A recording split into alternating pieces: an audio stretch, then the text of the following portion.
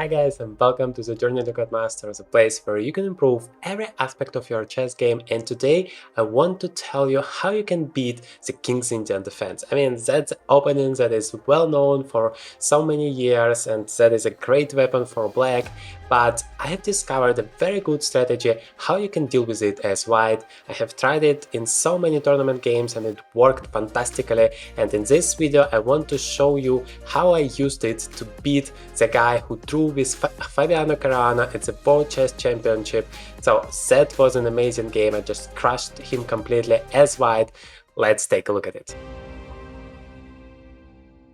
The game started with d4, knight f6. My opponent is Vandal Sim 22, a 100 rated player, but like I said, he made a draw earlier in this exact tournament, the World Chess Championship, with one and only Fabiano Caruana. So of course, well, I felt like I have to beat this guy because that's gonna give me a lot of confidence.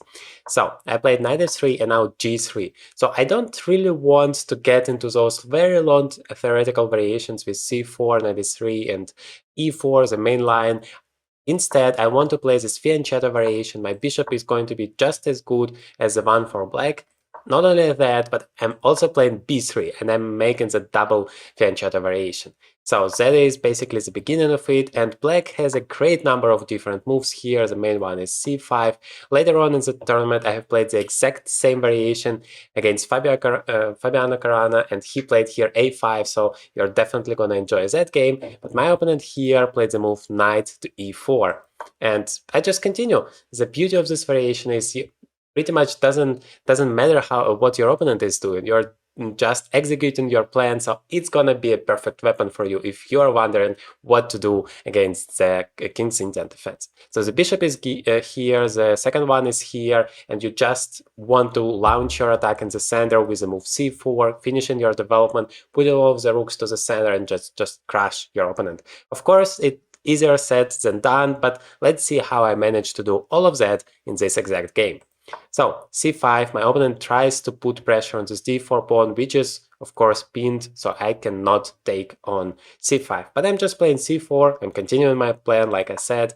Knight goes to c6, putting even more pressure on this pawn. So now I'm playing the move e3 just to defend it. White is still better, I mean there are no real weaknesses, nothing to worry about.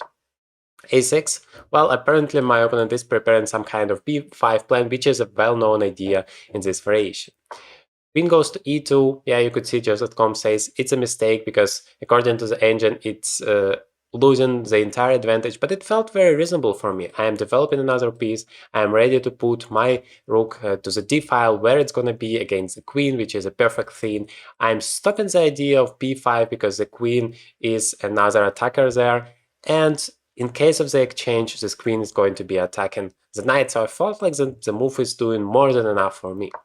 Rook to b8 has been played, which is giving me back the advantage, and yeah, bishop g4 was the right move, but I'm always very skeptical about this idea to give up your bishop for a knight without any concrete reason. So if I were white here and my opponent would play bishop g4, I would be more than happy. I would trade this bishop, then the bishop on f3 would have no opponent, and why would it be scary for me? I don't understand it at all. Write me in the comments what do you think about this idea. So I played rook to d1, just continuing my plan. By the way, the queen on e2 is also protecting the bishop on b2. That is yet another advantage of this move. So in the right moment, I can play d5 or take on c5, and the bishop is going to be protected. Takes, and now, well, I even improved my position here, so I really enjoy this exchange from white's perspective. The knight has to go back, and now I'm playing d5. I mean, that is a dream position you get out of the opponent, so I was more than happy, and that is basically the strategy you should follow to beat the King's Indian defense. Knight a7, the most important thing, the player who plays King's Indian defense, he wants or she wants to get the initiative. The idea is to attack, to create some checkmating attack that is gonna crush you, but in the variation like this, it's simply not possible, so that is why I recommend you so much to do it. So now I'm playing a4, yeah, probably not the best idea, but I just didn't want to give any chance of counterplay to my opponent. So now b5 is not a move because of a takes b, and you cannot take it back because of the pin here. So b6 has been played instead. It's very difficult for black to make a good move. Now I'm playing h3. I'm not in a hurry. I just improve my position step by step because I see that my opponent has no counterplay whatsoever. Bishop d7, bishop to d4. Yeah, I just wanted to stop this move b5 once and for all, so I'm placing my bishop on d4. Knight goes back to c8, now knight c3. I mean, I thought the bishop is doing so much here in the center of the board. What could be better than that? e5 has been played. So my opponent desperately looks for some counterattack. That is the nature of the King's Indian defense players, and that is why you get that initiative, because, well, they can't just sit there and wait for you to crush them. They are gonna try to counterattack, and that is the moment where you should use it. So how I'm using it? I'm taking it on e6 right away, and now black has a very unpleasant choice how to take this pawn. If you take with a bishop, then you get an incredibly weak pawn on d6. But if you take with a pawn, then both of those pawns are going to be weak. And I'm not sure what is better here, because knight g5 immediately attacks it, puts so much pressure. And now look at this bishop on g2. I mean, that is just a monster there without any real opponent, because the one on d7 is much more passive. So e5 has been played. Bishop goes back to e3, and now look at the d6 pawn. Once again, a huge weakness, and there is no way to deal with it because d5 is pretty much never possible. So h6 has been played, and I'm just going back to e4. Notice that this e4 position is just an incredibly good one for such a knight, because there is no way for the opponent to attack it, and at the same time the knight is attacking the d6 pawn. So of course I'm okay with the exchange, because still I have yet another knight who's blocking this pawn on e5, by the way. So the bishop is completely useless, so there can be anything better than this knight on e4. Queen to c7, protecting the pawn, but just queen to d2. Now I'm attacking both the d6 pawn and the h6 one. So basically the position is completely winning here for white. And if you notice, I haven't really made any special moves.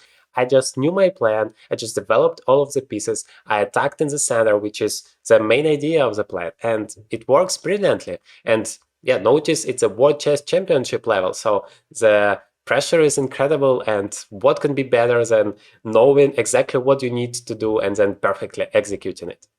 So king to h7, defending the h6 pawn, and I just took the d6 pawn. As simple as that. I'm okay with exchanging everything, because afterwards the bishop on d7 as well as the pawn on b6 would be horribly weak.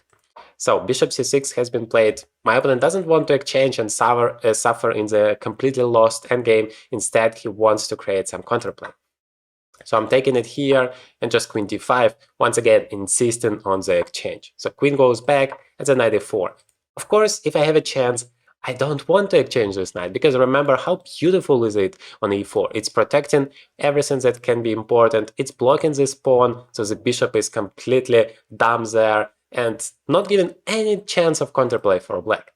So knight e7, queen to e6. Now I'm preparing the move rook to d7. I mean, that is just devastating attack. Knight f5 has been played, and I just don't care. I go all in with this rook d7. I'm also pinning the knight, so some potential knight f6 ideas are possible now. I mean, that is just crushing.